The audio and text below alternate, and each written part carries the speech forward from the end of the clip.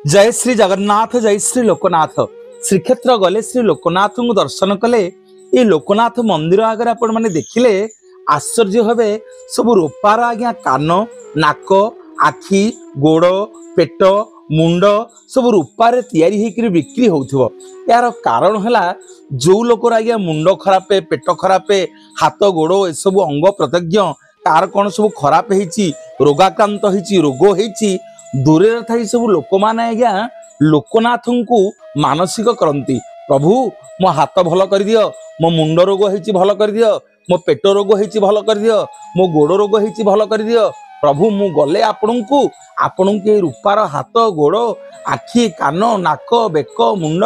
सबू आपण को देवी प्रभु लोक मान विश्वास अच्छी हाँ आज्ञा लोक मान रोग को स्वयं लोकनाथ आज्ञा भल करती लोक मैंने जाइक्री लोकनाथ पीठरे ये छोटिया छोटिया नाक कान आखि गोड़ सब लोकनाथ को प्रदान करती। गोटे दिन आपण मैंने देखिए फगुण मासरे पंक उदाहरण एकादशी दिन ये रूपार सब हाथ नाक कान गोड़ बाहर ये लोकनाथ खाली से नुह आज्ञा आपण मैंने बहुत दिन है बाहर अपुत्रक अच्छा पुत्र संतान हैनी ये लोकनाथ पाखे लोके जाकि अधिका पड़ती स्वयं लोकनाथ पादुका पाइकी किसी अन्न जल स्पर्श न करी लोकनाथ कृपा हुए लोकनाथ दया कले आज्ञा अपुत्रिक पुत्र लाभ कले डाकीदेले जी पुरी रे ओ करती सी होचंदी श्री लोकनाथ। जय जगन्नाथ। ये लोकनाथ मंदिर आगे आपण मैंने देखिले आश्चर्य हे सब रूपार आज्ञा कान नाक आखि गोड़ पेट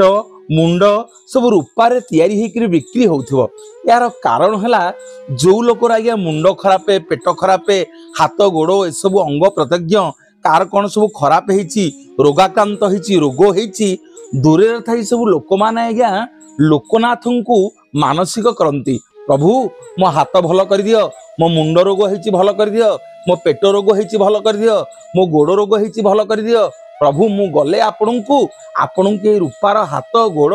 आखि कान नाक बेक मुंड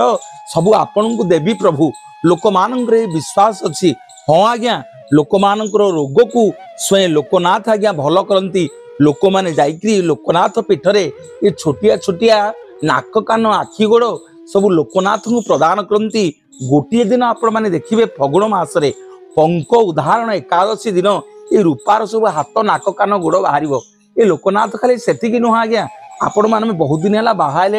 अपुत्रक अच्छा पुत्र संतान हैनी ये लोकनाथ पाखे लोके जाकि अधिका पड़ती स्वयं लोकनाथ पादुका पाइकी किसी अन्न जल स्पर्श न करी लोकनाथ कृपा हुए लोकनाथ दया कले आज्ञा अपुत्रिक